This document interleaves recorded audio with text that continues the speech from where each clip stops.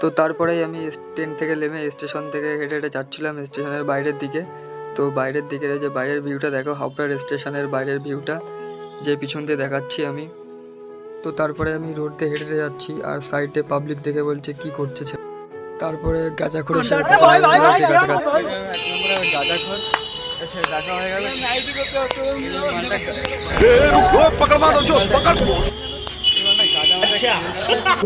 আচ্ছা, এই যে আমাদের বিশ্বদা আমার জন্য খুব দাঁড়িয়ে অপেক্ষা করছে, খুব ভালো মানুষ।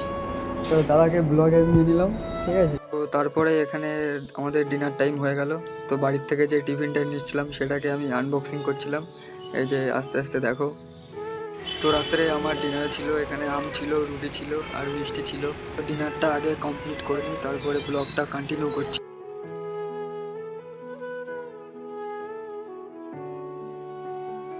তো রাত্রে ডিনারটা কমপ্লিট করে নিলাম। তো গাইজ ভিডিওটা এখানেই শেষ করছি। যদি ভিডিওটা ভালো লাগে তাহলে একটা লাইক করো আর একটু সাপোর্ট করো আমাকে। চলো দেখা হচ্ছে নেক্সট কোনো ব্লগ।